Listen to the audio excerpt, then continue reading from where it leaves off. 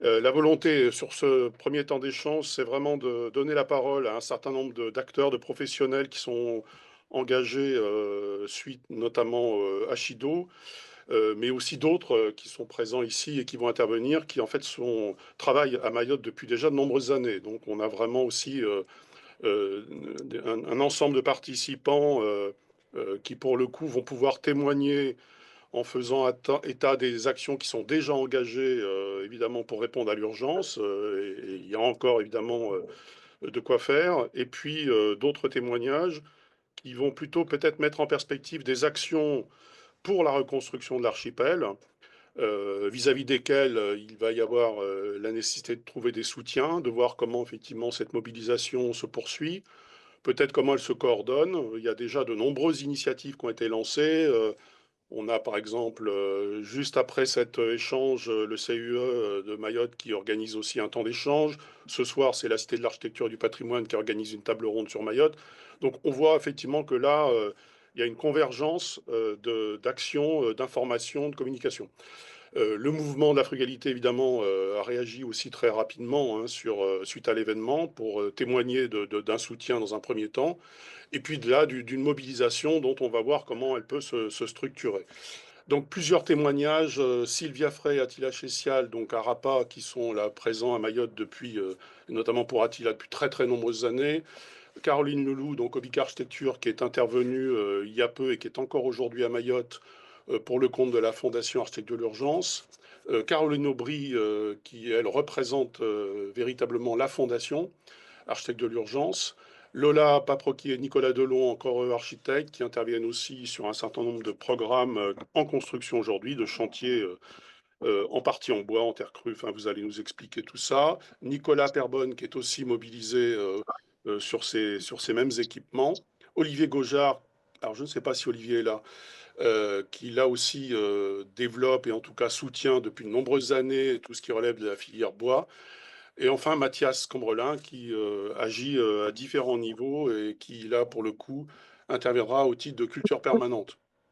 Et voilà. Et donc, moi-même, Franck Hulliard, de l'agence Interland, qui, si on a le temps, fera aussi une petite intervention sur ce qui relève plus d'ailleurs de la planification, puisque nous intervenons depuis de nombreuses années à Mayotte sur des enjeux justement de planification à l'échelle du territoire.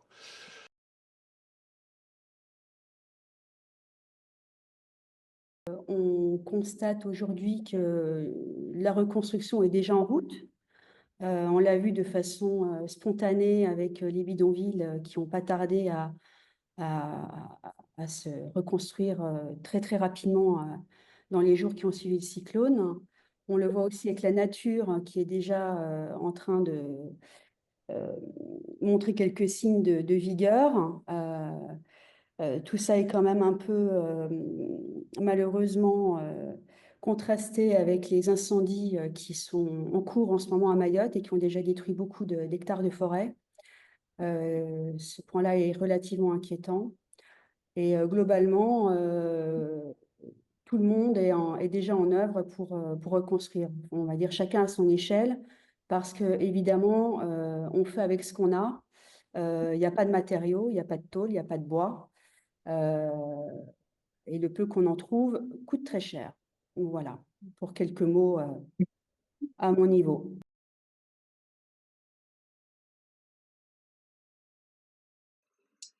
Le problème principal, c'est qu'il y a plein de sujets différents dans la reconstruction. Il y a la reconstruction de l'habitat populaire, bien entendu. Il y a la reconstruction de l'habitat villageois. Il y a la reconstruction des équipements publics. Ce sont des choses et des équipements industriels. Donc c'est très différent parce que les moyens ne sont pas les mêmes pour tout le monde.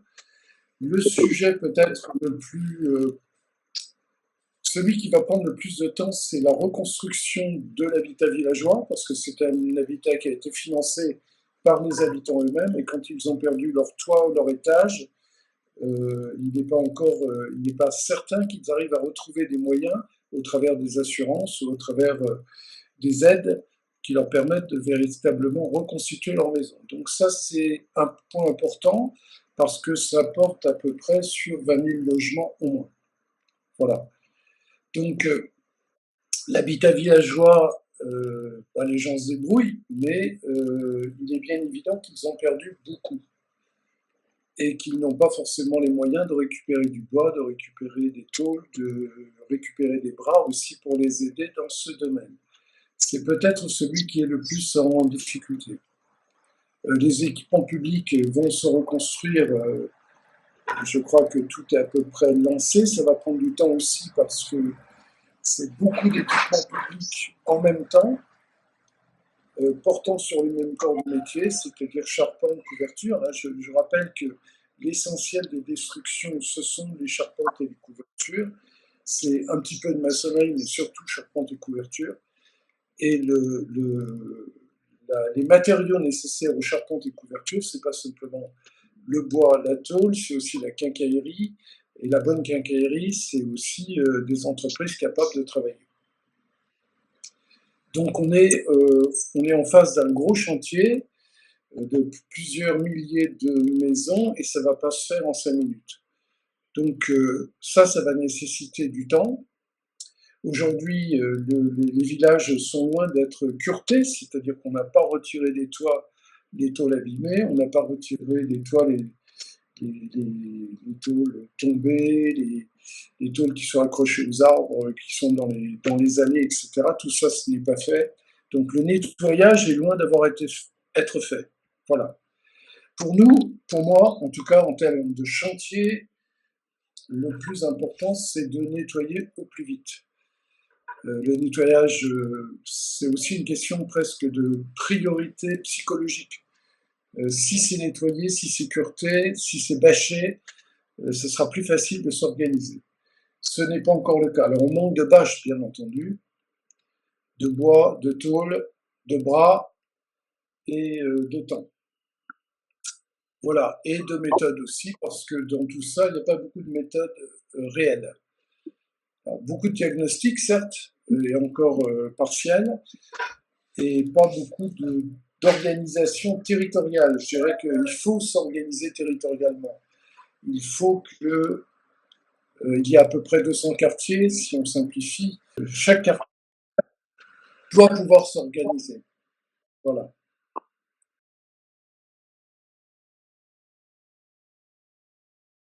Bonjour à tous. Du coup, je vais faire un espèce de marche arrière puisqu'on était vraiment au moment, au jour d'aujourd'hui, à parler de Shido avec 6 semaines de retour. Je vais juste faire un petit retour sur les 6 dernières semaines, du coup, et notamment les premières semaines de sidération. En fait, le cyclone Chido, ce qui est important de dire, c'est que du coup, je prends appui sur mes confrères qui sont sur l'île, hein. Il a dépassé toute attente. Il a fait 250 km/h, voire même 280 avec les effets Venturi. Il a dépassé les réglementations en vigueur à Mayotte. Donc il a été d'une violence assez rare. Les premiers jours ont été des jours de sidération et des jours de gestion d'urgence. C'est-à-dire que je pense que en fait, l'Hexagone et les aides sont venus vraiment à partir de Noël et encore très rarement, mais du 14 décembre jusqu'à Noël, il y a 10 jours qui se sont passés et 10 jours plus ou moins coupés des réseaux, coupés des potentiels soins, couper dans les routes, enfin dans notre circulation. Et donc ça, c'est important de se le rappeler. Et ce qui est important de se rappeler, c'est qu'à ce moment-là, nous, en fait, pendant 10 jours, les personnes sur place, il y a une espèce de bon sens collectif qui fait que tout le monde se met en action à toutes les échelles et avec toutes les compétences possibles. Ça donne aussi une teinte et une identité à cette île cette espèce de grande vague de bon sens collectif et d'être très heureux de se retrouver, de se recroiser dans les rues, de ne plus être capable de se téléphoner, de se donner des nouvelles, donc de se laisser des mots à la porte, enfin voilà, de retrouver des systèmes, pour, communiquer, travailler ensemble, se rejoindre. Hem Bon, j'imagine que vous avez vu des images, mais du coup, dans cette urgence-là, il y a eu des regroupements de personnes qui ont travaillé ensemble. Donc, la plupart des gens qui sont sur l'île et qui font la même profession se sont regroupés, hein. Les entreprises se sont regroupées, les architectes se sont regroupés, tous ceux qui étaient sur l'île se sont regroupés. Et là, je souligne ce que Attila disait juste avant, c'est la en plus d'être sidéré par le paysage qui était complètement cassé, je pense que l'état de choc venait aussi du fait que, on n'avait, aucune information de l'Hexagone. C'est-à-dire qu'on était quasiment on n'avait aucune certitude sur le fait que, les pompiers, la sécurité civile viendraient, et elle a mis, énormément de temps à venir, ne serait-ce que pour dégager les routes. La plupart des routes de Mayotte ont été dégagées par, les habitants de Mayotte. Voilà, c'était juste pour, un rappel de cette espèce de base et d'identité commune sur quoi, on se base. Et c'est aussi important parce que pour reconstruire, en fait, Mayotte, il va falloir, des savoirs de toutes parts et de toutes, régions, certes, mais il faut absolument s'appuyer sur les personnes, et sur cette espèce de mouvement de bon sens et de solidarité, qui était, extrêmement beau, même si tout était assez triste, parallèlement.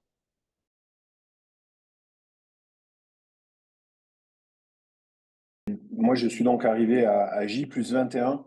C'est important de compter les jours parce que les échanges que j'ai pu avoir avec différentes personnes montrent que chaque jour, l'urgence est différente. Donc, quand on parle d'urgence, il faut toujours se dire de quelle urgence on parle. Il y a des urgences vitales, il y a des urgences de savoir si ses proches sont en bonne santé. Ensuite, il y a des urgences de retrouver de l'eau potable. Voilà, il y a la somme des défis qui sont présents. Donc, Mayotte, c'est 300 km², hein, pour ceux peut-être qui ne connaissent pas bien ce territoire. C'est pas très grand. C'est très isolé. Ça, on le sait, on va le voir notamment sur l'isolement matériel, de tout type de matériel. Et donc, moi, à J+21, j'avais déjà des gens qui me disaient, mais en fait, tout va bien parce que c'était tellement pire il y a une semaine, il y a 15 jours, qu'en fait, les routes sont dégagées, l'électricité revient. Et en gros, oui, le chantier est gigantesque, mais ça va beaucoup mieux. Et donc, en fait, chaque personne, Nicolas Perbonne est arrivé à J+10 et il pourra raconter lui aussi sa vision. Donc, ça, c'était pour se dire aussi de la perception est très différente en fonction du moment où on découvre là. Moi, je voulais insister sur quand même l'ampleur de la catastrophe, parce qu'il faut quand même la partager.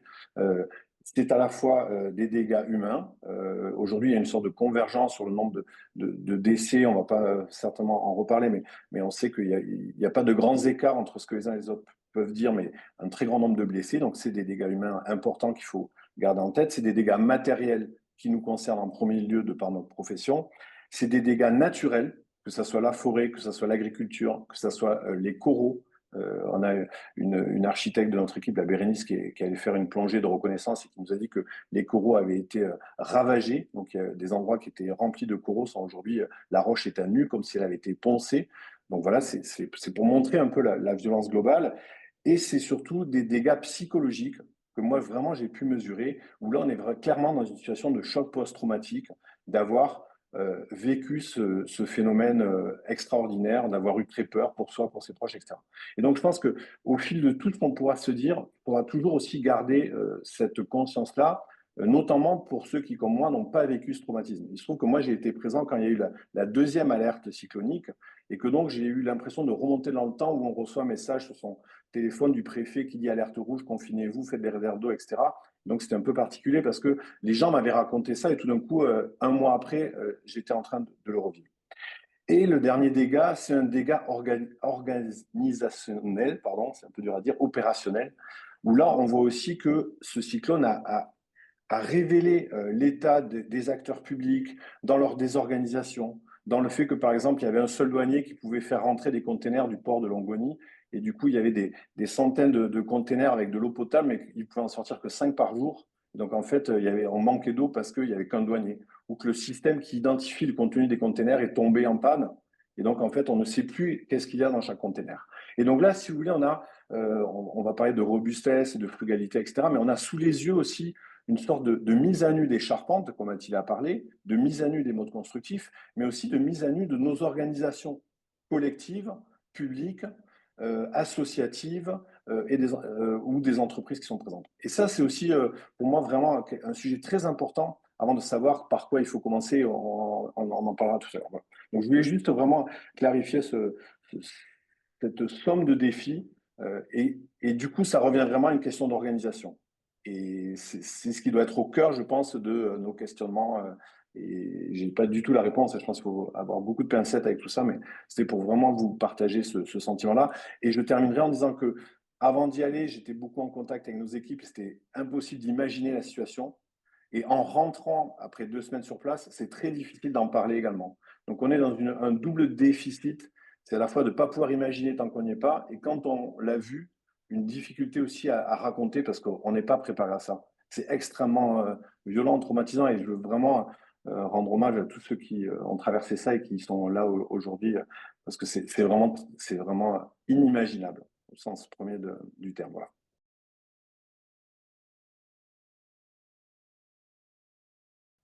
Ben, merci. Comme disait Nicolas Delon, moi je suis arrivé à J plus 9 en fait. Et donc effectivement ça change. Euh, il faut quand même parler aussi de la notion de temps. C'est assez rapidement. On a tous se rendu compte qu'il y avait cette histoire de temps d'urgence, de temps de reconstruction, de temps de construction. Et donc ça c'est un point extrêmement important qui toujours est un fil conducteur pour savoir qu'est-ce qu'on fait, à quel moment, qu'est-ce qu'on fera. Euh, il y a autre chose aussi, c'est-à-dire que Mayotte, c'est aussi un département très particulier qui a son histoire et sa complexité qui était déjà assez grande avant Chido. Et en fait, il faut se rendre compte que ce cyclone a rajouté une dose de complexité. C'est-à-dire que, en fait, il n'a absolument pas simplifié les questions.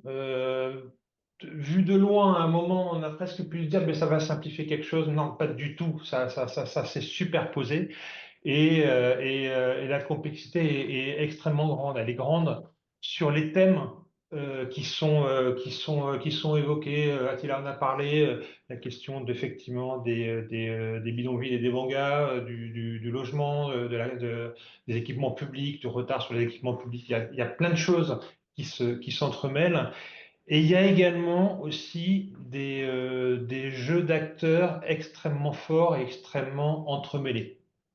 Et ça, c'est quand même très particulier. Nicolas a évoqué le fait effectivement d'y être ou pas y être, de l'avoir vécu ou pas l'avoir vécu, et clairement cette complexité et cette connaissance de Mayotte. Alors, je dis pas que ça amène à avoir des solutions, en fait, au contraire, parce que cette complexité, quand on connaît bien, c'est très difficile d'avoir des solutions, mais c'est aussi un équilibre assez subtil avec les idées qui viennent de l'extérieur, qui peuvent être des bonnes idées, mais qui sont parfois en total décalage avec ce qui est vécu sur place ou sur l'opérationnalité justement des réponses. Donc, ouais, je voudrais insister sur sur cette complexité.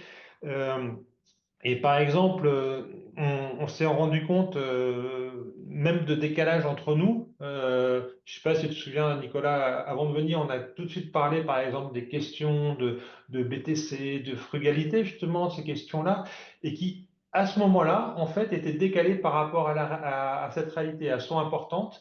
Et c'est arrivé justement pour avoir des réponses maintenant mais qui aussi prépare l'avenir. C'est ça qui est c'est ça qui est un peu étrange. Et c'est ce grand écart à faire entre une réalité et par contre, malgré tout ce que je viens de dire, avoir une vision aussi pour la reconstruction et puis pour donner aussi un cap, parce qu'il faut donner un cap. Là, en ce moment, il y a les lumières qui sont braquées sur Mayotte.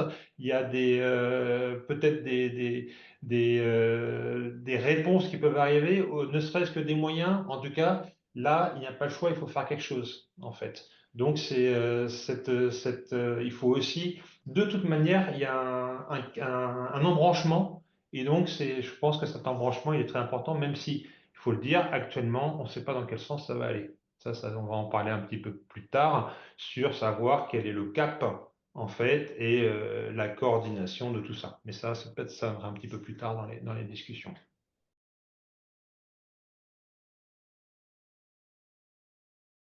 Moi, je parle du coup, Caroline Aubry, je connaissais pas Mayotte le 22 décembre. Je suis arrivée sur place le 23. Et à partir de ce moment-là, on a pu rencontrer la cellule qui a été formée par les architectes à Mamoudzou qui ont commencé à faire des diagnostics de bâtiments et notamment les écoles du premier degré sur Mamoudzou. À partir de ce moment-là, en fait, les équipes se sont un peu scindées avec une demande de la DEALM d'expertiser le nord de l'île, toujours au niveau de ces écoles du premier degré, donc avec architecte de l'urgence pour 93 écoles au nord, et puis le CAUE pour le reste qui est au sud avec 77 écoles. Voilà ce qu'on a fait un petit peu dans les premiers jours. Le but de ce travail, c'était vraiment de voir quelle salle de classe était fonctionnelle. Et donc, on a pu catégoriser les salles fonctionnelles immédiatement, les salles fonctionnelles après mise en sécurité par la sécurité civile, les salles fonctionnelles après petits travaux, et puis celles qui étaient pour le coup impossibles à ouvrir sous plusieurs mois. Donc, ça a permis de catégoriser très vite et d'avoir un visu sur la totalité de Mayotte. En parallèle de ça, du coup, on a aussi expertisé des bâtiments publics permettant de pouvoir accueillir les personnes qui étaient, au moment où on diagnostiquait, réfugiées dans ces écoles du premier degré, ou d'ailleurs dans les collèges et lycées qu'on n'a pas expertisés. Et à ce moment-là, le but, c'était toujours dans le but d'avoir une rentrée, de pouvoir se projeter sur la rentrée sans savoir ni quand elle allait avoir lieu, ni avec combien de salles de classe. C'était de savoir comment on peut désengorger le maximum de salles de classe et les rendre à leur utilisation première. Voilà ce qu'on a pu faire. On a pu travailler du coup en lien avec les mairies pour faire un état des lieux à la fois de ces écoles-là et des bâtiments publics qui permettaient d'accueillir les personnes qui étaient réfugiées, mais aussi d'autres bâtiments publics si tel était leur souhait. Donc ça a permis d'avoir une vision d'ensemble pour les communes qui ont travaillé en tout cas avec nous. Et puis depuis 3 semaines, on a pu travailler sur un autre sujet qui a été demandé, et c'était d'avoir une idée de l'état du parc de logement, en tout cas du résidentiel à Mayotte, avec une grosse partie qui avait été faite sur le côté public, du coup. Le rectorat s'étant chargé de tout le côté collège-lycée, la cellule Mamoudzou, le CAUE, architecte de l'urgence sur le côté école du premier degré, et puis le bâtiment public. Donc là, la grosse donnée qui manquait, qui n'est pas des moindres, c'était le côté résidentiel. Et ça, c'était vraiment dans le but de pouvoir estimer très grossièrement le coût que pouvait avoir le coût des dégâts de Chido sur le bâti résidentiel. Donc, ce travail se fait en 2 temps, à savoir, un premier temps, c'est d'évaluer les dégâts avec une remise en l'état. C'est ce qui nous a été demandé. Et dans un second temps, de travailler avec une amélioration, en tout cas, du bâti et quelque chose de plus pertinent par rapport à la zone. Voilà, donc c'est un travail qui est en cours encore. On a travaillé par échantillonnage parce qu'on n'a pas pu aller faire du porte-à-porte dans toutes les maisons, et on a donc expertisé 5% des bâtiments endommagés qui ont été pointés par survue aérienne et vue satellite suite à Chido. Voilà comment on a fonctionné. Donc on a diagnostiqué 2350 bâtiments. Tout bâtiment, tout carré qui a été pointé par un point en vue satellite a été diagnostiqué. Je fais le travail de mettre une enveloppe et d'avoir aussi une estimation de temps. Voilà, nous, notre travail s'arrête là et après, je délivre les chiffres et j'ai pas de, sans connaître Mayotte, voilà, j'ai pas de vision sur comment ce sera organisé.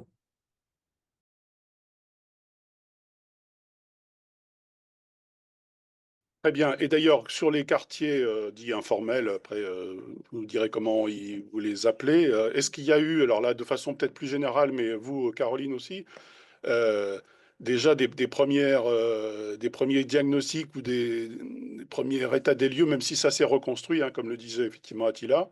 Et est-ce que du coup, c'est des secteurs qui sont un peu à part par rapport justement à ce qui est aujourd'hui, qui fait l'objet d'un recensement? Comment vous considérez aussi ces différents quartiers? Bah, techniquement, on n'est pas sur le même type constructif et donc les dégâts sont différents. Donc quand on travaille sur du bâtiment poteau poutre béton avec dalles, toiture, terrasse, dalles, bon, on a moins de dégâts euh, au niveau de la toiture, il y en a quand même. Ensuite, on peut passer à de la charpente, qu'elle soit métallique ou en bois. Là, on a des gros dégâts, que ce soit des charpentes partiellement endommagées ou bien complètement parties. On a le bâtiment du coup qui est l'habitat qui est en bois et tôle et qui là a été en grande majorité entièrement détruit. Pour nous, on a fait une première évaluation très rapidement sur les typologies de construction. De toute façon, c'est assez simple. Vous avez les constructions en rez-de-chaussée qui sont avec des toitures béton. Celles-là, elles ont des problèmes, mais c'est mineur. Vous avez les toitures, les maisons à un étage avec toiture bois qui ont beaucoup souffert. Les toitures, et ensuite tous les immeubles à toiture étage en bois qui ont souffert. Le deuxième gros poste qui a souffert, c'est le poste des ouvertures.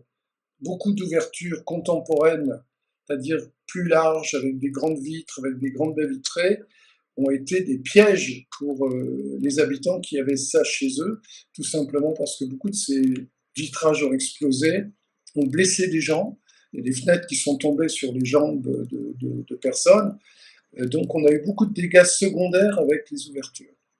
Il faut savoir que ces problèmes-là, on les a aussi bien dans les constructions privées que dans les constructions publiques de bon niveau. Le dernier problème qui apparaît et qui est un peu général, beaucoup de problèmes de toiture sont arrivés par une très mauvaise liaison des toitures au chaînage. On a eu des toitures entières qui sont parties parce que les liaisons au chaînage ont lâché, dans les constructions publiques comme dans les constructions privées. Donc, on a surtout repéré énormément de problèmes techniques, des tout petits problèmes techniques, mais qui sont généralement considérables dans leurs conséquences. On a essayé d'évaluer ces problèmes en disant par où ça a commencé. Il y a toujours le point faible de départ. Et quand on identifie le point faible, on comprend comment le désastre se produit. Il ne produit pas tout d'un coup. Il commence par une première dégradation, une deuxième, et on a un morceau de toit qui part ou une toiture qui se renverse.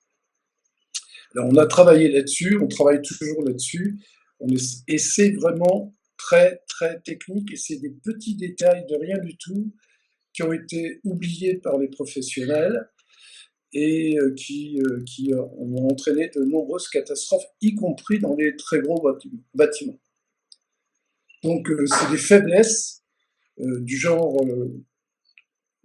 les tôles faîtières, les tôles d'arrêtier, les bandes de rive, beaucoup de problèmes sur les tôles d'arrêtier. C'est un phénomène très étonnant à Mayotte. Il y a eu beaucoup plus de toits qu'avant à 4 pentes. Eh bien, les toits à 4 pentes ont énormément souffert, et toujours à partir de l'arrêtier. Bon, on a vraiment examiné le sujet, on sait comment ça part, on sait pourquoi c'est l'oubli de petites précautions à prendre que même les grosses entreprises n'ont pas tenues. Voilà.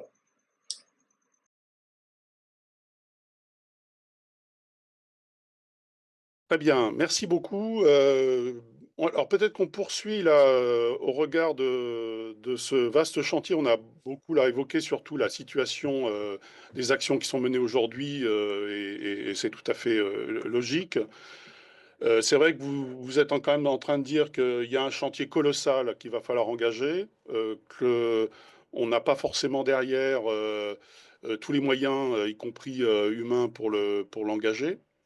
Est-ce que ça, pour le moment, au regard des personnes avec lesquelles vous échangez, vous sentez qu'il y a là, pour le coup, des choses qui se précisent ou pas encore? On est encore dans une étape où on diagnostique. Et une fois qu'on aura la totalité, évidemment, de ce qu'il va falloir engager, on se questionnera sur comment on met en œuvre. Est-ce que là-dessus, vous pouvez peut-être nous préciser un peu comment vous percevez justement l'état d'avancement un peu de ce fameux vaste chantier? Moi, si je peux prendre rapidement la Oui, parole, voilà. je pense que si ça évoque un grand blanc, ce genre de questions, c'est aussi que, enfin, je reviens aux commentaires d'Attila et à ce qu'on a à peu près tous dit, c'est qu'il faut une tête territoriale qui prenne un petit peu les rênes et qui prennent un peu des décisions globales avec les diagnostics qui sont en fin de réalisation, quoi. Les diagnostics, ils donnent une vision à peu près globale sur le territoire. Maintenant, soit chaque institution et chaque privé et chaque groupement, même d'interasso ou des choses comme ça, tirent la couette de leur côté, soit il y a une vision un peu globale. Voilà. Et pour l'instant, il y a ni l'un ni l'autre. Enfin, pour l'instant, c'est plus peut-être chacun de son côté, mais c'est sans doute pas l'idéal, quoi. Et la vision globale, du coup, d'après ce que vous avez comme élément, là aussi à toutes et tous, hein, ça sera effectivement ce que l'État est en train de mettre en place avec les femmes amplifiées ou transformées, c'est ça, vous imaginez? Il y avait aussi un sujet intéressant qui était évoqué par Attila, qui concernait justement les échelles d'intervention. Et est-ce que vous dites non, ce qui sera pertinent, c'est que ces chantiers s'élaborent à l'échelle de villages ou à l'échelle de quartiers, et que c'est aussi ce niveau et cette échelle d'intervention qui serait extrêmement beaucoup plus efficiente, même s'il peut y avoir une vision plus globalisante. Comment vous percevez, par exemple, aussi ces différentes échelles vis-à-vis desquelles il va falloir agir?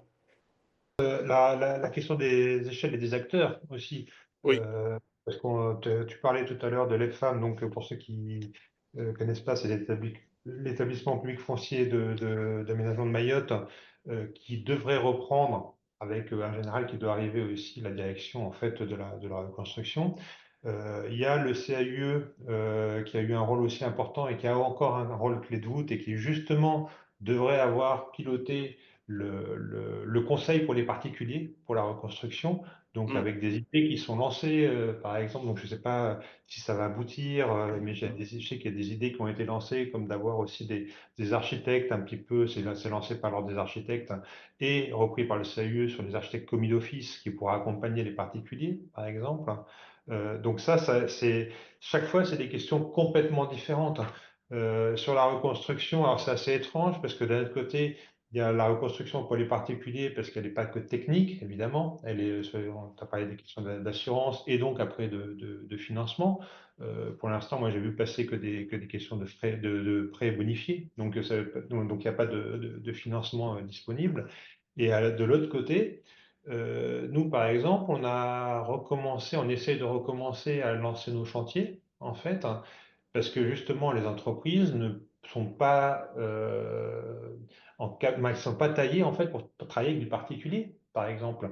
Et comme il y a pour l'instant pas encore de direction qui est tout à fait claire, si elles ne travaillent pas sur les chantiers, et ben finalement, elles se retrouvent à mettre leur personnel en chômage technique, ce qui est complètement absurde, une situation complètement absurde.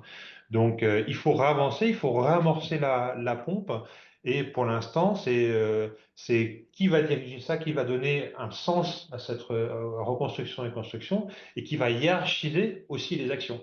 Et ça, c'est pour l'instant, c'est pas forcément évident parce qu'il y a quand même un trou énorme entre les chantiers qui reprennent qui sont pas finalement du domaine de l'urgence, hein, sauf qui quand même permet de relancer la machine économique, ce qui est aussi essentiel, surtout dans un domaine économique et social extrêmement fragilisé. Et de l'autre côté, il n'y a même pas la possibilité de reconstruire les toitures des particuliers. Voilà. Et entre les deux, il y a un vide pour l'instant. Sauf des initiatives personnelles, mais qui sont à la fois intéressantes et à la fois un peu éparpillées et qui ne permettent pas d'avoir vraiment une avancée globale. Il faut vraiment travailler sur, je disais tout à l'heure, 200 quartiers, en gros. Il y a des quartiers où il n'y a pas trop grand-chose à faire dans le sud, en tout cas dans certains endroits du sud, parce que le sud a été touché aussi. Mais il y a quand même à chaque fois une organisation à trouver par quartier. On essaye de mettre ça en place sur certaines communes, par exemple comme la commune de Chicony ou la commune de Singoni, ou je pense qu'il faudra le faire aussi sur la commune de Maouzou. On peut arriver à structurer à la fois les artisans locaux et à la fois une lecture de quartier, c'est-à-dire de micro-quartier, à l'îlot en quelque sorte, pour essayer d'identifier les problèmes qu'on n'a pas vus ou qu'on ne sait pas traiter. On a des femmes seules en grande difficulté, des personnes âgées, etc. Tout ça, il faut qu'on arrive à les identifier et à pouvoir travailler avec les gens des quartiers. Les gens des quartiers sont capables de s'organiser aussi très bien. Ils savent le faire. Le tout, c'est de les aider à mieux travailler. Les communes sont trop grandes, donc il faut revenir à l'échelle des villages, et dans les villages qui sont aussi très grands maintenant, à l'échelle des quartiers, de retravailler aussi avec les autorités religieuses qui peuvent être sur le quartier aussi.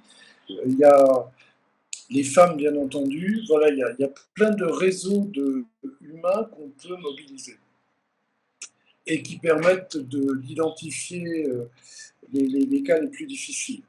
Alors oui, bien sûr, il y a aussi, on parle beaucoup du bidonville, bien entendu, mais le bidonville, c'est le bidonville périphérique. Il y a dans toutes les villes, dans tous les villages, il y a des zones qui sont occupées par des gens à très faibles moyens. On a entre autres tous les occupants des cassim qui n'ont jamais été régularisés. Il faut savoir que les cassim en accession à la propriété n'ont pratiquement jamais été régularisés. C'est-à-dire que voilà un patrimoine, théoriquement en accession à la propriété, pour lequel il n'y a pas de propriété et pour lequel les transformations et la mutation est très difficile à cause de cela. Donc, c'est souvent un lieu d'accueil de gens en très grande difficulté. Voilà, il y a énormément de petits sujets qui peuvent être soulevés à partir du moment où les gens arrivent à travailler quartier par quartier.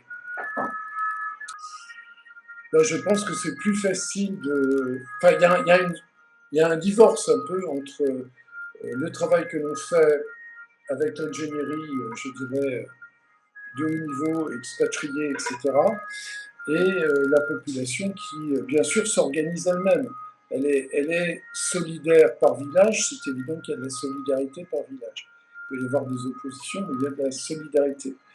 Donc, le tout, c'est de trouver le lien entre les uns et les autres.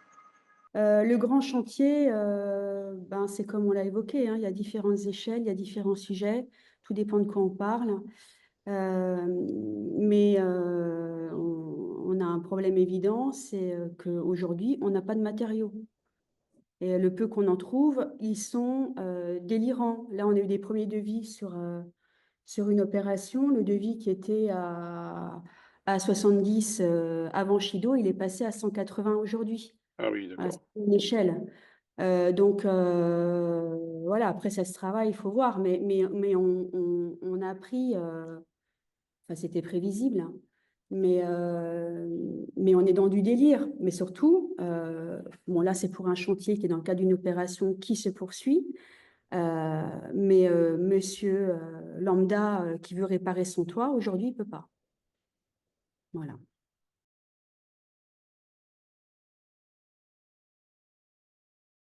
Alors, moi, je connais bien mal Mayotte. J'ai eu l'occasion d'y aller il y a 5 ou 6 ans, au moment des études pour le grand lycée de Longoni, donc encore heureux, hein, avec Nicolas, Lola et beaucoup d'autres. Il se trouve que notre bureau d'études de Gauchard Technologies, qui est là aussi, hein, dans la Réunion, à l'époque, a été lauréat d'un appel à manifestation d'intérêt du ministère de l'Agriculture sur le thème d'une filière bois-fibre soutenable et solidaire dans le sud-ouest de l'océan Indien pour inclure l'île de la Réunion. Ce travail a été réalisé par Mathias, qui va parler juste après moi, et par Xavier Soulier, qui est présent ici aussi, qui pourra intervenir sans doute. Pour ma part, on en avait parlé un petit peu tous les deux pour l'organisation de cette visio. J'ai réagi d'abord très très rapidement par solidarité, hein, et puis je me suis dit que il serait peut-être intéressant, enfin non, certainement intéressant, que la filière bois métropolitaine se mobilise pour apporter de l'aide dans la situation de ce territoire. Je dois dire que pour le moment, je n'avais pas rencontré beaucoup d'échos, mais je ne désespère pas. En tout cas, dans un second temps, si vous le voulez bien, dans la réunion, je vous parlerai de ce qu'on pourra peut-être faire, enfin très certainement, à l'occasion du Forum Bois Construction qui se tient au Grand Palais dans 4 semaines exactement, et qui pourrait être une occasion de montrer comment on peut se structurer, puis montrer des pistes, enfin bref, tout ça à quelques centaines de mètres des ministères. Voilà. Pour le reste, j'ai réagi aussi aux remontées faites par Nicolas, notamment par Attila, hein, sur le fait de toute cette forêt qui a été mise à terre par le cyclone, et la question de savoir comment faire pour récolter cette ressource. Alors, je ne l'ai pas vu de mes yeux vus, hein, mais j'ai connu la tempête de 99 en France, hein, quand le vent arrache comme ça une forêt.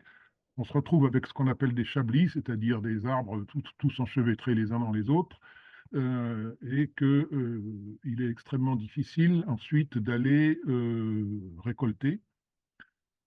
Alors, plusieurs questions se posent, hein. En fait, tout de suite, l'idée s'est trouvée enfin, a émergé, pardon, de se dire, ben, on va scier ce bois, hein, donc il faut faire venir une scie mobile pour faire ce travail. En fait, c'est un peu plus que ça, hein. Il faut arriver à reconstituer une mini-filière parce que pour scier ces bois, il faut déjà aller les chercher, donc déjà les ébrancher. Et en soi, c'est une opération très délicate dans ce contexte-là, hein, très dangereuse, parce qu'il y a des branches qui sont sous tension, que quand on les coupe à la tronçonneuse, elles se détendent et ça peut occasionner des blessures très graves, voire pire. Donc déjà, un premier travail d'élagage, au préalable même, enfin non, je ne sais pas si c'est au préalable, bref, il faudra en discuter. Il faut identifier aussi quelles sont les essences de tous ces arbres, qu'est-ce qu'on va faire de chacun d'entre eux en fonction de leur durabilité, par exemple, de la capacité qu'on a à les utiliser pour tel ou tel usage, la construction, le mobilier, des aménagements extérieurs ou toute autre idée, de l'armature pour de la construction en terre. Bref, il y a 1000 idées possibles, mais encore faut-il arriver à trier et identifier l'usage qu'on pourra faire de chacun de ces arbres. Et ensuite, pour les scier, ben, il faut avoir une machine. Cette machine, ben, c'est une scie mobile. Et donc, identifier la taille qu'elle pourra avoir, hein. Les scies mobiles, il y en a à 4 500 €, puis il y en a à 40 000 €. Alors, laquelle faut-il qu'on amène? Et combien d'exemplaires nous en faudra-t-il? Parce que, pour donner un ordre de grandeur, deux hommes bien entraînés, enfin 2 opérateurs bien entraînés sur une scie mobile professionnelle, ils vont réussir à scier entre 10 et 20 mètres cubes par jour. Attila a fait une remontée disant il y a 100 000 mètres cubes de bois abattu. Donc on comprend bien qu'il ne faudra pas une seule machine, il en faudra plusieurs. Il faudra trouver où les mettre, combien de machines, qui seront les opérateurs, etc. Et ensuite, il faut amener les grumes jusqu'à la scie. Même si la grume elle est à 200 mètres de la scie, on ne va pas la tirer avec les petits bras, hein. Donc, sans doute des tracteurs pour faire ça, et puis pas n'importe quel tracteur, puisque j'imagine que les sols sont particulièrement dégradés, surtout avec la période des pluies, etc. Donc, vous voyez le sens que je veux donner à cette intervention, hein, c'est reconstituer une vraie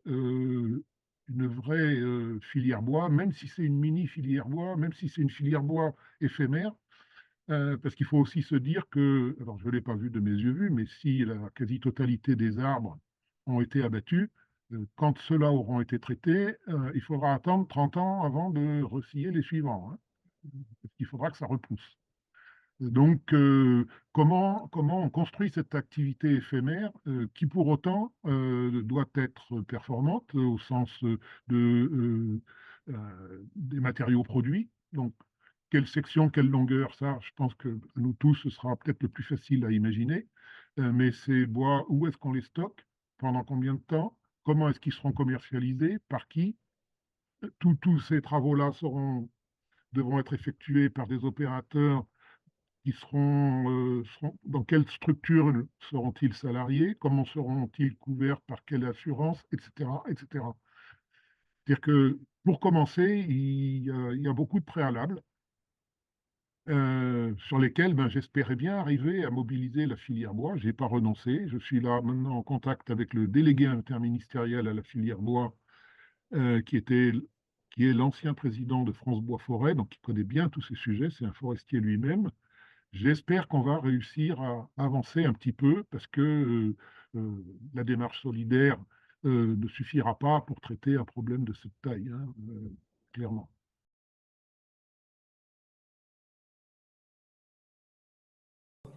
Je vais rester sur la question des actions, Franck, dont tu parlais il y a 2 minutes.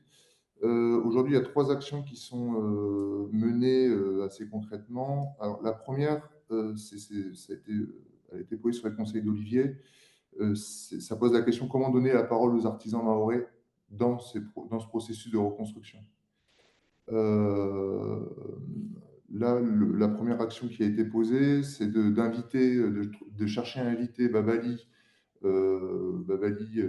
qui est artisan mahorais de l'entreprise Babali Conception Réalisation, mais qui est aussi coprésident de BAM, et qui est quelqu'un qui est très investi dans le développement des filières locales et de la réponse assez concrète aux enjeux assez globaux de l'île, aussi bien de la régénération des sols, des ressources en eau, etc., via des pratiques agroécologiques, parce qu'il est aussi agroforestier. Donc l'objectif, ce serait de trouver des moyens pour le faire venir témoigner au Forum Bois Construction. Donc ça, je l'ai vu avec lui cette semaine, il est complètement OK pour venir. Il a même très envie de venir porter la parole des Mahorais lors de cet événement-là. Et donc là, l'objectif, ce serait de réussir à faire monter une cagnotte ou trouver des moyens, en tout cas, pour qu'il puisse venir et financer son voyage, avion, logement, nourriture, temps passé sur place, etc., etc. Donc, on voulait aussi faire venir Faya, qui est un ancien formateur et responsable de la formation à la Chambre des métiers d'artisanat, qui a beaucoup travaillé avec Encore Heureux, avec Lola, Lola connaît très, très, très bien Faya. C'est même elle qui m'a permis de rencontrer toutes ces personnes-là. Voilà, mais il ne peut pas pour des raisons de santé. Donc, l'objectif, là, ce qui est en train de se mettre en place potentiellement, c'est de faire venir un ami de Babali et de Faya qui est négociant en bois sur l'île, et voilà, qui est aussi depuis des années inscrit dans ces démarches de filière locale. Donc ça, c'est le premier élément. La deuxième action qui est en cours et vis-à-vis de laquelle on a engagé des échanges, c'est la caractérisation du torchis mahorais. Donc là, il y a un projet qui a été validé par l'ADEME via le Plan National Terre, le PNTER, et plus particulièrement à travers l'antenne, on va dire le pôle Outre-mer, parce qu'ils ont quand même la bonne intelligence de créer un pôle spécifique outre-mer, qui est souvent le grand oublié des grands projets nationaux comme ça. Et ils ont remporté un projet visant à inventorier, catégoriser et caractériser un torchis. Donc là, l'objectif, ce serait de caractériser un torchis mahorais, alors, de garder le torchis qu'ils avaient tête en tête en termes de caractérisation, mais de caractériser un torchis mahorais, avec l'intégration de ressources en terre, de ressources en fibres issues de l'agroforesterie et de bambou issus de la gestion des embâcles dans les rivières. Donc ça, c'est la deuxième chose qui est en cours de mise en place. La troisième, je vais m'attacher à présenter où en sont les agroforestiers de culture permanente et du UCN, qui accompagnent les agriculteurs et les acteurs de l'île depuis 6 ans sous la forme de formation à l'agroforesterie syntropique et aux pratiques de régénération hydrogéologique des sols, par de la formation ou même par des projets assez concrets. Là, il y a la N40 depuis 3 ans sur lequel on travaille, 2 ans, si je ne me trompe pas, qui est sur la commune de Sada-Chiconi, voilà, et qui était un pôle démonstrateur de la mise en place de ces pratiques agroforestières qui visent aussi bien à tenir des sols, régénérer les nappes phréatiques par la filtration d'eau dans les sols, mais aussi, voilà, et aussi fournir des productions vivrières alimentaires et des matériaux de construction. Donc, dans ce cadre-là, post-Chido, il y a plusieurs personnes qui sont venues nous contacter. Très concrètement, la première action, c'est via Licolidago pour mettre en place un premier diagnostic. Donc, c'est financé par la Fondation de France. Un premier diagnostic avec une méthodologie de régénération. Comment on met en place des pratiques régénératrices en l'état de ce qu'on a sur site. Donc là, Romain Criquet part dans quelques jours. Là, je crois que le 10 février, il sera à Mayotte. La deuxième phase, ça vise à mettre en place un chantier test avec l'association Kaja-Kaona à Kwalé, sur une parcelle à Kwalé. L'objectif, c'est d'intégrer, de partir de la base des savoir-faire mahorais tout en les hybridant avec des pratiques agroforestières un peu contemporaines, et de le faire sous la forme de moussada, donc d'entraide villageoise, avec des groupes de 15 personnes par parcelle agricole pour mettre des coups d'accélérateur. Donc il y a trois pôles sur ce travail-là. C'est la prise en compte des matériaux au sol et de leur redirection.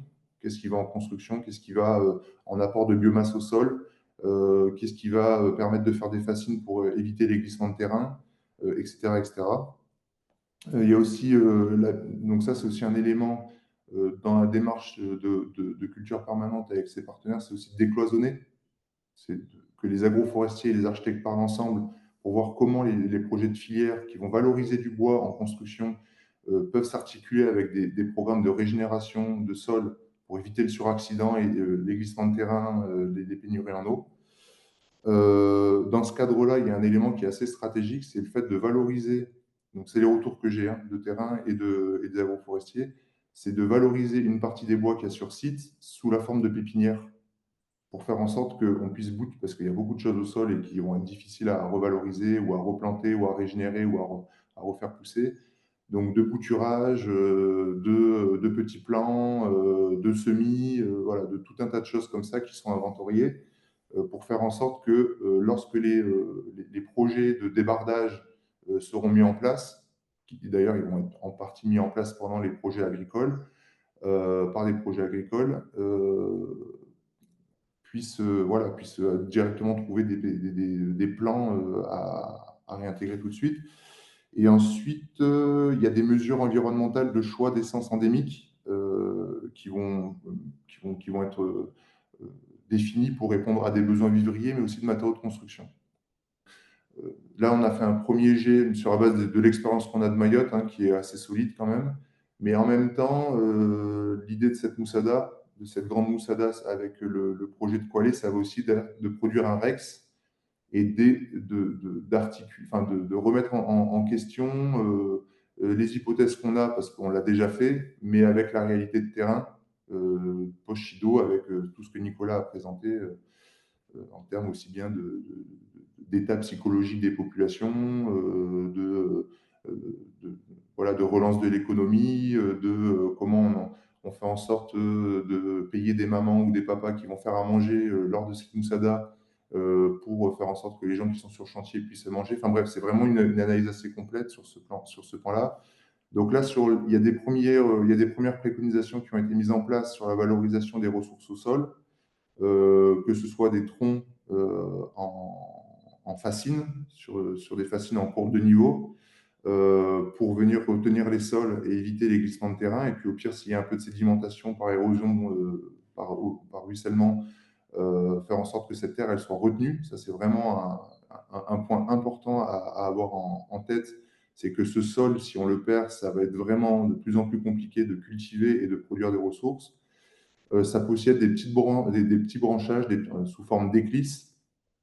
On peut aussi profiter de certaines souches, pas de toutes, mais de certaines souches pour venir plaquer ces éclisses ou ces troncs d'arbres sur ces courbes de niveau, et ensuite de cultiver juste derrière tout un tas de produits qui peuvent être aussi bien alimentaires que des matériaux de construction. Vous voyez bien mon écran, hein? Ouais, c'est bon. Le deuxième élément sur lequel on avait travaillé avant, mais qui peut aussi prendre du sens, c'est sur des designs agroforestiers orientés matériaux de construction. Donc ça, c'est un design qui part de Padza pour, sur 10 ans, repartir sur du stade préforestier. L'objectif là, dans le moment qui va nous intéresser en allant à Mayotte, qui va intéresser Romain, c'est de voir comment ce design agroforestier, en plus de tenir les sols, dans un premier temps, peut fournir des produits alimentaires ou de fourrage pour les bêtes, par exemple via des bananiers, de la canne fourragère, etc. Mais comment, à moyen terme, à 3-4 ans, on peut commencer déjà à avoir des matériaux de construction, type de la fibre qu'on peut mélanger à de la terre. Ça, très concrètement, on n'ira pas sur du bois d'œuvre, à part peut-être avec les eucalyptus. Mais, et ensuite, à long terme, partir sur des matériaux de construction. Donc ça, c'est avec un curseur à fond sur les matériaux de construction, mais il peut bien entendu avoir tout un bestiaire d'étapes entre production complètement vivrière ou production complètement de matériaux de construction. Dans ce cadre-là, alors on a été contacté par le BRGM ce matin vis-à-vis de cette question de la tenue des sols. Et c'est aussi pour ça que Romain part assez rapidement pour lancer un gros diagnostic dans le cadre du projet Les Élames, qui est un projet qui a été mis en place par le BRGM et l'EPFAM pour lutter contre l'érosion des sols et l'envasement du lagon. Et ça aussi, ça pourra offrir du REX pour qu'on puisse articuler régénération de sol et mise en place de filières de matériaux de construction, dès maintenant avec les bois qui sont au sol, mais aussi à court, moyen et long terme. Voilà, ça, c'est les 3 actions qui sont, qui sont en cours d'être...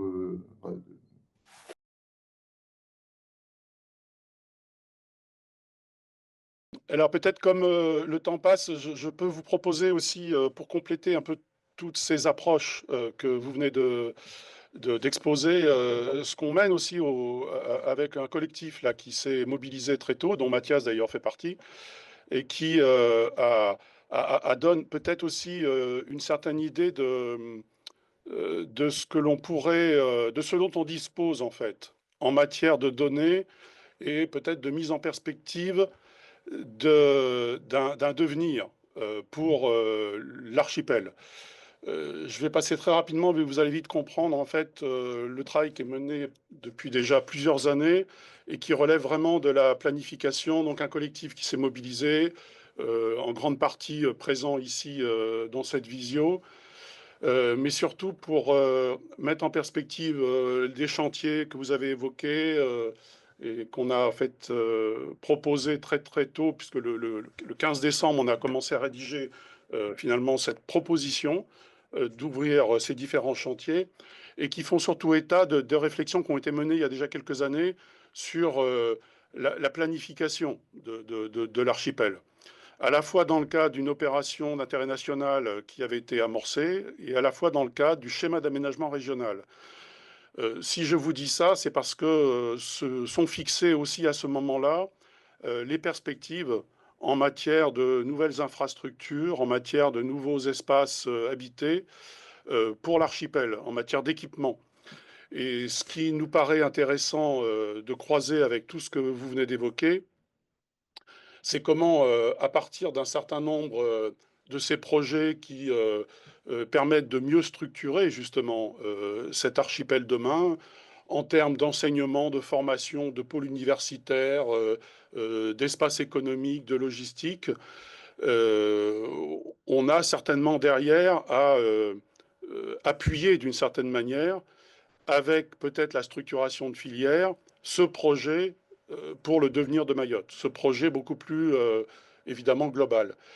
Il y a un certain nombre aussi d'objectifs qui ont été déterminés notamment par l'EPFAM et qui évidemment corroborent ceux qui sont élaborés dans le cadre du schéma d'aménagement régional de production de nouveaux logements ou de valorisation des villages existants.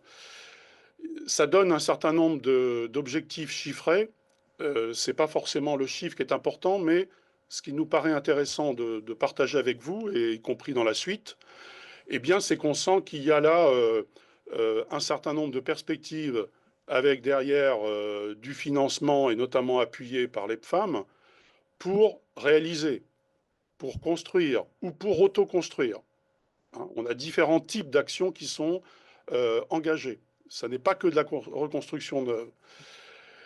Et comment cet exercice nous permet, je montre ça parce qu'on a aussi l'occasion de faire, par exemple, l'inventaire de tous les projets en économie, en équipement, en tourisme, en mobilité, en biodiversité, en agriculture, qui sont portés par les EPCI, par les 5 EPCI mahoraises. Toutes ces données-là, évidemment, évoluent hein, avec le temps. On a donc des tableaux avec des listes de programmes. Ça ne veut pas dire que tout est financé aujourd'hui, mais ça met quand même en perspective une capacité importante qui aujourd'hui est portée par les élus mahorais. Et que cette capacité-là, aujourd'hui, elle se traduit aussi dans un schéma, dans une carte de destination des sols. Et tout ce qu'on est en train d'envisager là doit à un moment donné aussi trouver une inscription dans le cadre des documents d'urbanisme réglementaire. Voire même, il faut que ces documents-là appuient littéralement tout ce que vous êtes en train de proposer, en face État, et permettent à un moment donné à certains espaces, certains secteurs sur le territoire mahorais de porter ces projets-là. Et quand on croise à un moment donné, vous voyez, on a aussi un état des lieux du foncier, c'est-à-dire la propriété foncière de l'archipel. On a aussi commencé à explorer, et ça c'est en train d'être affiné, l'ensemble en fait des zones d'aménagement concerté, l'ensemble des opérations d'intérêt national, quelles sont leurs capacités là aussi en matière de nombre de logements, d'équipements nouveaux, de régénération des sols, d'agroécologie, etc. Puisque ces projets-là ne concernent pas que le logement. C'est des projets qui, évidemment, convoquent tous les thèmes, de l'alimentation jusqu'à la construction. Et donc, là où il nous semble intéressant de croiser cette perspective qui est donnée à l'archipel, même si je vous l'accorde, hein, faire de la planification à Mayotte, ça paraît d'entrée de jeu presque une sorte de contresens. Mais ça n'empêche pas d'essayer de projeter ce que pourrait être le devenir de cet archipel. Et ce qu'on aimerait pouvoir croiser, comme vous voyez ici, c'est l'ensemble des opérations qui sont aujourd'hui identifiées, dont on a une idée, évidemment, du nombre de logements, du nombre de collèges, du nombre de lycées, avec la structuration des filières. C'est-à-dire que pour permettre de donner de la visibilité à la structuration de ces modèles économiques, que ce soit la filière bois, la filière terre, la filière bambou et je ne sais, eh bien de pouvoir à un moment donné trouver une sorte d'emboîtement de la programmation envisagée sur Mayotte, même si il y a des éléments incertains, clairement, et la possibilité réellement de développer des filières avec un modèle économique qui tient la route et avec évidemment des acteurs, des entreprises qui là aussi servent clairement ce grand projet, ce grand chantier de la reconstruction, mais aussi de la construction, tout simplement, puisqu'il y a aussi des projets de construction à Mayotte. Et là, clairement, je pense que tous les maîtres d'œuvre, tous les bâtisseurs, si chacun porte le même propos sur la manière dont il va falloir construire, eh bien, ça peut effectivement être assez puissant et efficace. Il y a peut-être un point dont on a déjà évoqué avec certains d'entre vous à mettre en avant, c'est qu'il faut convaincre aussi sans doute un certain nombre d'élus sur cette idée que l'on se fait de la manière dont il va falloir construire, et notamment en faisant référence à des matériaux bio ou géosourcés. Les élus mahorais ne sont pas tous complètement emballés par cette idée de reconstruire avec de la terre. Donc comment on démontre à un moment donné, et peut-être que là aussi il y a un peu de... Il y a une tournée des communes à faire ou des EPCI pour justement montrer clairement des opérations qui clairement font la démonstration que la modernité, comme on l'évoque souvent à Mayotte, c'est ça. Et c'est pas l'héritage qu'on connaît toutes et tous. Et qui, à un moment donné, permettrait à la fois de faire converger cette pensée constructive, régénérée, renouvelée, et tout ça devant faire adhésion auprès des Mahorais et des Mahoraises, hein, clairement.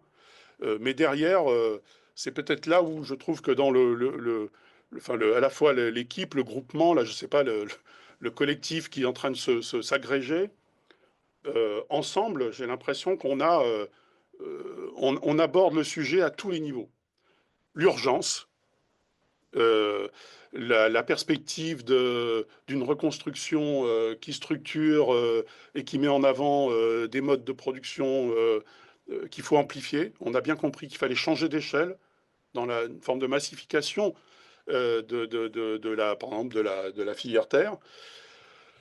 Et voilà, c'est peut-être là où on ouvre aujourd'hui, enfin on ouvre, c'est pas nouveau, hein, mais il y a peut-être avec Shido l'occasion, si on peut dire, d'appuyer un peu plus fortement sur voilà, cette capacité de mobilisation de tous les professionnels.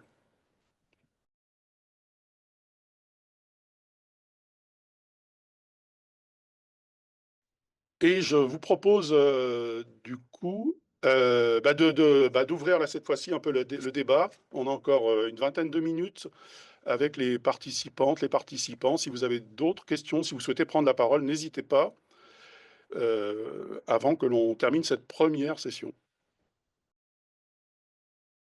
Je voudrais juste te dire un mot. C'est qu'on voit justement la difficulté d'avoir des initiatives. Chacun, on est passé de ton échelle territoriale à un grand planning sur 20 ans, alors qu'on était parti de la souche de Mathias. On voit ce grand écart là qui est un peu abyssal en fait, parce que finalement, ce grand planning, je pense que, alors c'est très bien de l'avoir fait, tout était très intéressant, mais qui va le faire, ce grand planning, et qui va tenir ce truc-là, parce que le problème, entre les deux, il y a les actions à réaliser, en fait. Et on voit qu'en fait, si on était 50 acteurs, on pourrait avoir 50 projets. Et en fait, ces projets, c'est comment les mettre en musique, hein, et comment leur faire prendre un peu de cohérence. Voilà. Moi, c'est ce qui me fait un petit peu peur dans ces réunions, dans d'autres réunions aussi qu'on a, c'est-à-dire que la multiplication d'initiative, elle est énorme, elle est fantastique, en fait. Elle est fantastique, mais comment leur donner justement cette cohérence? Voilà. Moi, ça m'effraie un petit peu le vide qu'on laisse tous entre justement nos idées, en fait. Alors, oui, je vois tout à fait ce que tu sous-tends. À notre sens, ce genre de proposition qui est plus de l'ordre d'une méthode qu'il s'agit d'initier, et que dans la méthode, on réunit justement peut-être les acteurs qui doivent se retrouver et qui doivent converger. Je dis ça parce qu'on a proposé ça, par exemple, en Guyane, où on nous a dit, Brique de Guyane nous a dit, mais moi, je veux avoir de la visibilité. J'exporte un maximum de ma production en métropole. Ça traverse l'Atlantique. Je ne comprends pas. Alors aujourd'hui, il y a la possibilité de construire et il y a quand même quelques exemples. La filière bois en Guyane nous a dit la même chose. Les industriels disant, mais moi, je veux de la visibilité. Dites-moi, à 5 ans, à 10 ans, combien de cubage de bois vous avez besoin? Voilà.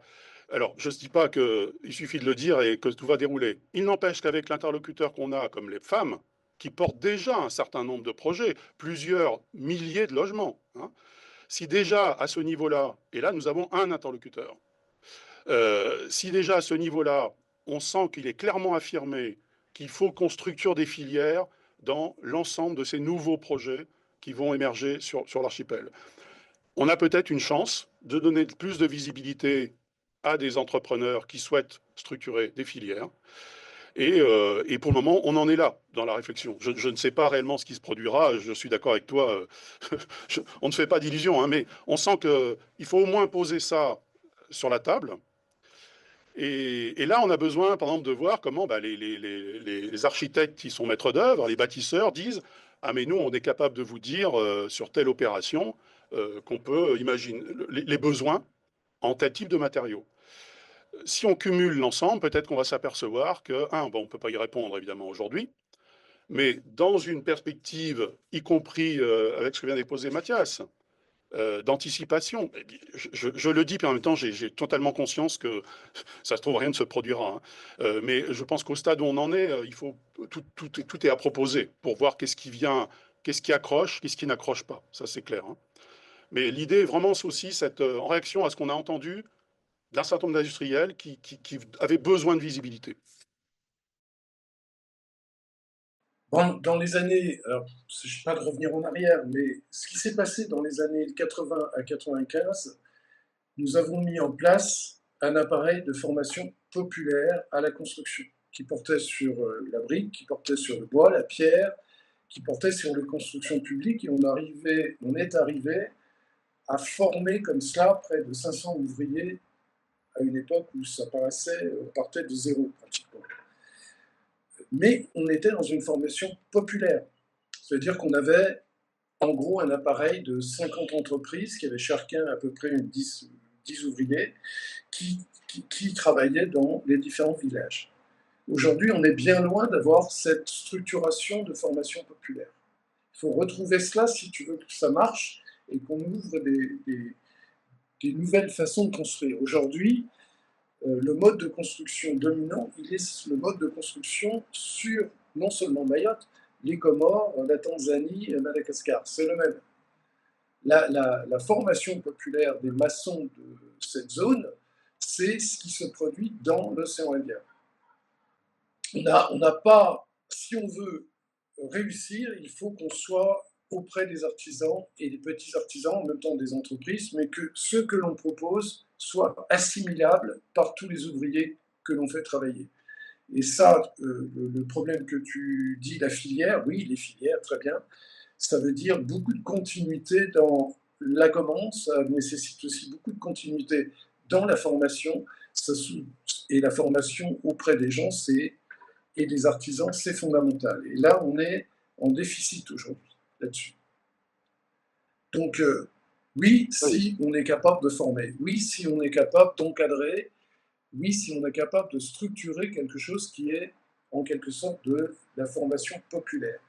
Les gens sont prêts à entendre ce genre de choses, mais on n'est franchement pas à ce niveau-là de capacité de formation. Mais c'est possible. C'est possible. On va essayer, on va tenter un truc là. On a commencé, on est en train de monter pour expliquer pourquoi concrètement les constructions, parce que Shido, ça donne l'impression que c'est le béton qui a gagné, quoi.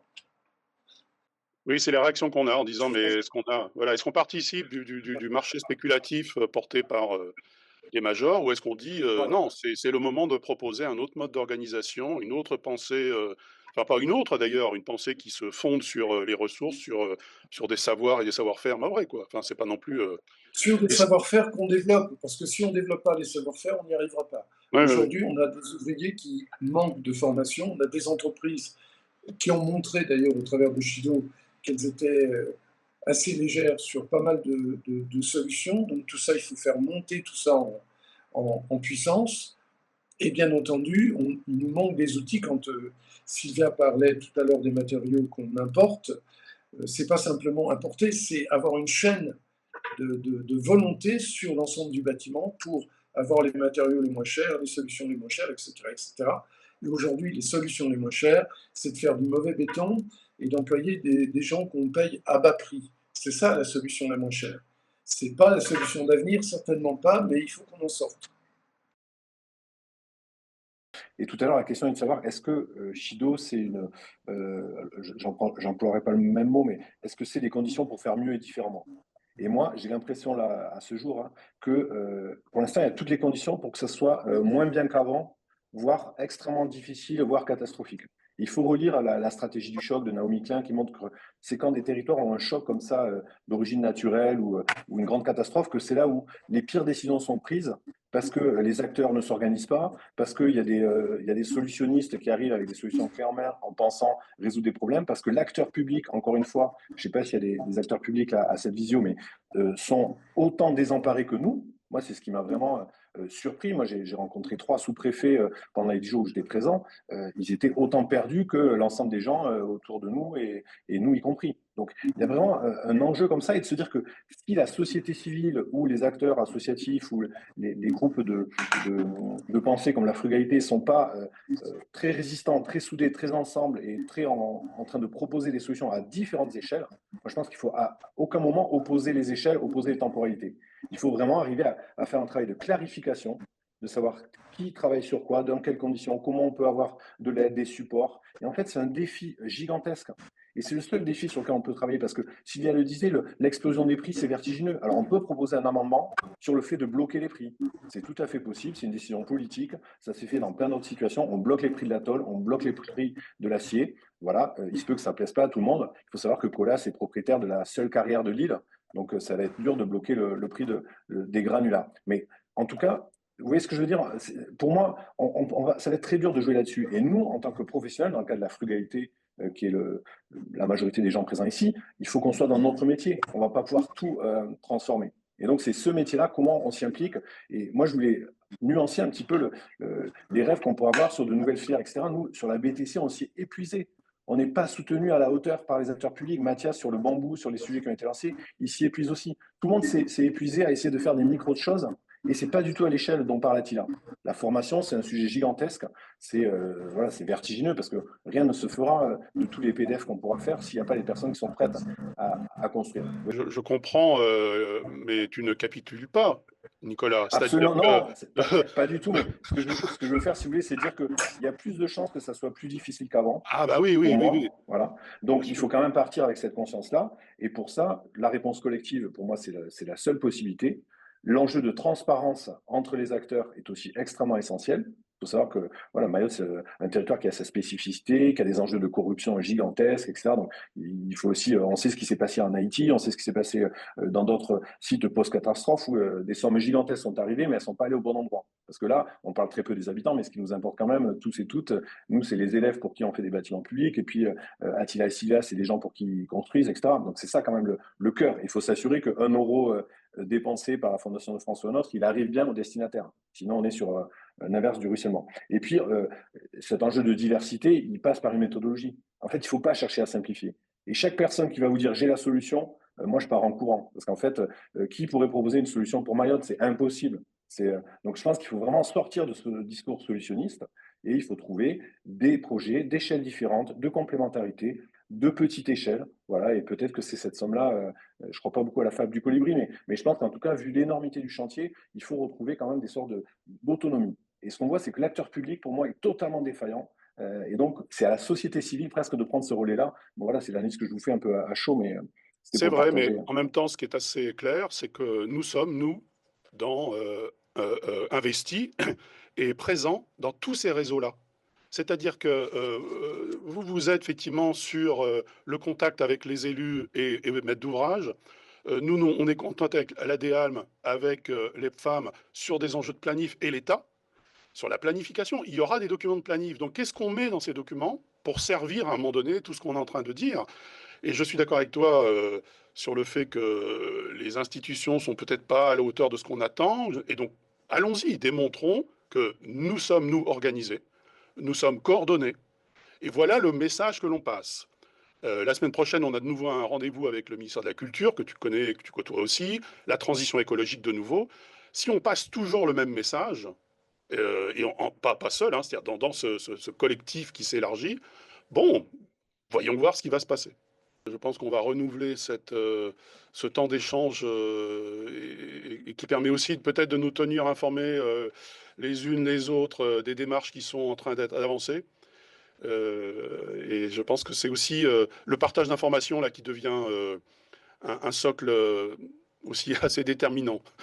Plus on partage des informations, plus à un moment donné on peut les relayer et peut-être qu'il faut espérer qu'on arrive à convaincre que ce mouvement-là est en train de prendre vraiment une place importante.